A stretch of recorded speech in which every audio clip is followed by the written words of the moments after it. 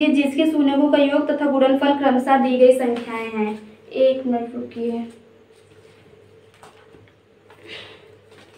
दूसरे देखो शून्यकों, दूसरे पहला देखो शून्यकों का योग और गुणनफल दिया है, तो पहले शून्यकों का योग दिया है। देखिए शून्यकों का योग दे दिया गया है और शून्यकों का योग कितना दिया है, 1/4 दिया है। अब शून्यकों का गुणनफल, शून्यकों का गुणनफल दे दिया गया। कितना दिया गया है, 1 -1 दिया है, -1 दिया है।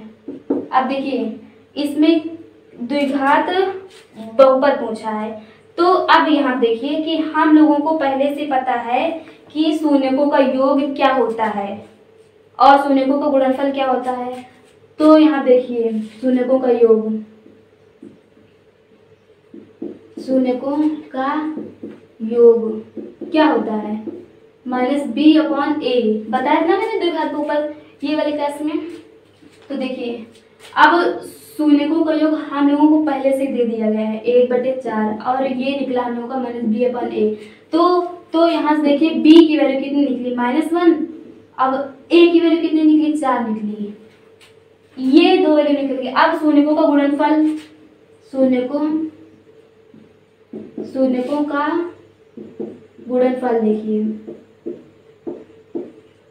क्या होता है, c/a होता है। लेकिन ये हम लोगों को यहाँ पे -1 पहले से दे दिया गया है, c/a। आप देखिए a की वैल्यू हम लोगों को पता है, तो इसमें रखिए -1/c/4। तो यहाँ से c की वैल्यू जो निकली वो निकली -4 निकली। अब यहाँ देखिए c की वैल्यू पता है हम लोगों को, b की वैल्यू पता है, a की वैल्यू पता है। तो द्विघात बहुपद का व्यापक रूप क्या होता है, द्विघात बहुपद क्या होता है, ax² + bx + c। ये द्विघात बहुपद का व्यापक रूप होता है। अब इसमें जितने वैल्यू निकली सब रख दो। तो a की वैल्यू कितनी निकली, 4x² b की निकली -1x + c की निकली -4। तो यहाँ पे 4x² - x - 4 ये आया हम लोगों का द्विघात बहुपद। ये द्विघात बहुपद मिल गया। अब दूसरे का दूसरे में चलते हैं। तो इसमें शून्यकों का योग √2 दिया गया और शून्यकों का गुणनफल 1/3 दिया गया। तो यही सब लोग देख लेते हैं इसको। आप लोग अपना इरेज मत कीजिएगा, ऐसे ही कीजिएगा। ये हुआ। देखिए अब यहाँ पे दूसरा क्वेश्चन है ना, दूसरा शून्यकों का योग √2 दिया है और शून्यकों का गुणनफल 1/3 दिया है।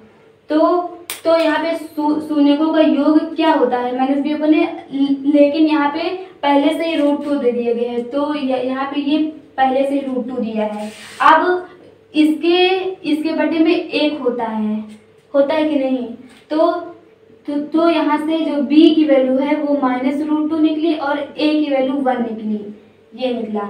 अब देखो शून्यकों का गुणनफल c/a होता है, लेकिन हम लोग यहाँ 1/3 दिया है, तो 1/3/c/a ये। अब यहाँ से a की वैल्यू 1 है, 1 रखो यहाँ पे 1। तो जो c की वैल्यू आएगी वो 1/3 ही आएगी।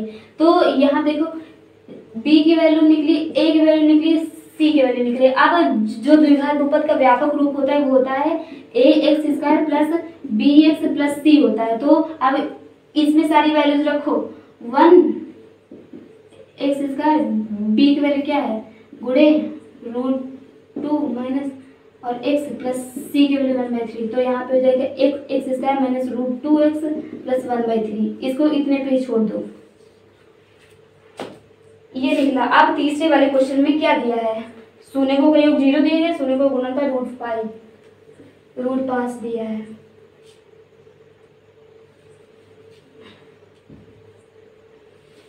तो यहाँ देखिए शून्यकों, तीसरे वाले क्वेश्चन में शून्यकों का योग 0 दिया है और शून्यकों गुणनफल √5 दिया है। तो शून्यकों का योग -b/a होता है, तो और इसका मान 0 दिया है। तो यहाँ देखिए जीरो ही है ना शून्य को करो, हाँ जीरो ही है, जीरो दिया गया है। तो इसके बटे में हमेशा 1 होता है, तो यहाँ से b की वैल्यू 0 निकली और a की वैल्यू 1 निकली।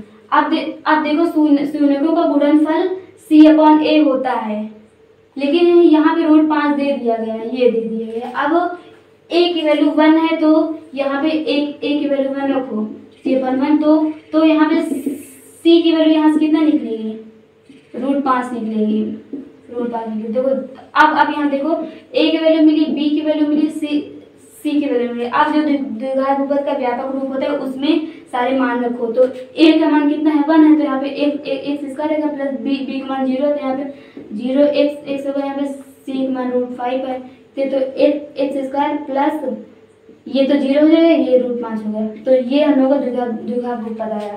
तीसरा क्वेश्चन हो गया। अब चौथे क्वेश्चन में हम लोग चलते हैं। चौथे क्वेश्चन में हम लोग चलते हैं, इरेज कर लें पहले तो इसको,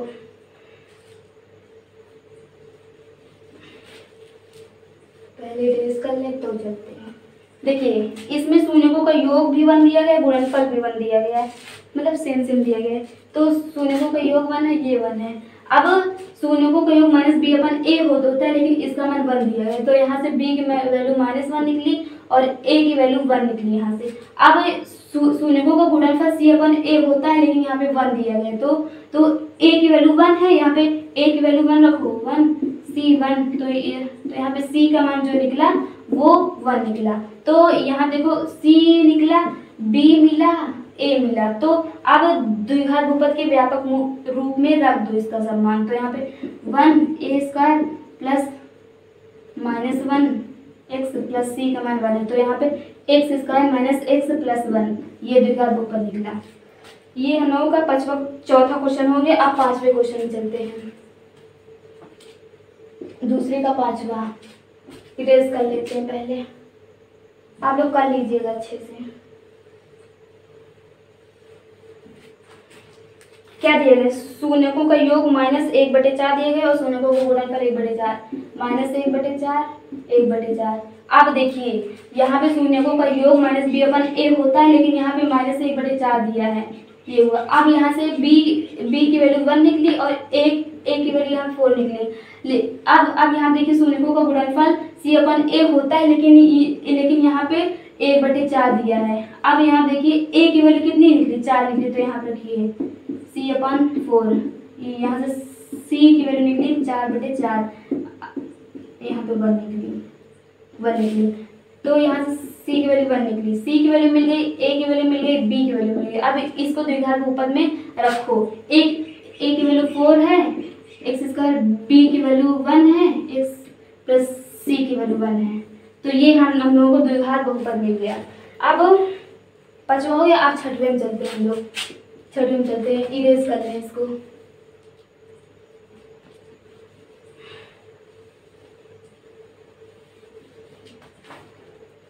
इसमें शून्यकों का योग 4 दिया है और शून्यकों का गुणनफल 1 दिया गया है, 4 शून्यकों का योग दिया है, 1 इसको दिया है। तो शून्यकों का योग -b/a होता है, लेकिन यहाँ पे हम लोगों को 4 दिया है। अब 4 के बटे में हमेशा 1 है।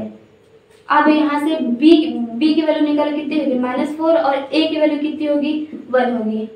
अब यहाँ देखिए शून्यकों का गुणनफल c/a होता है, लेकिन यहाँ पे 1 दे दिया गया है।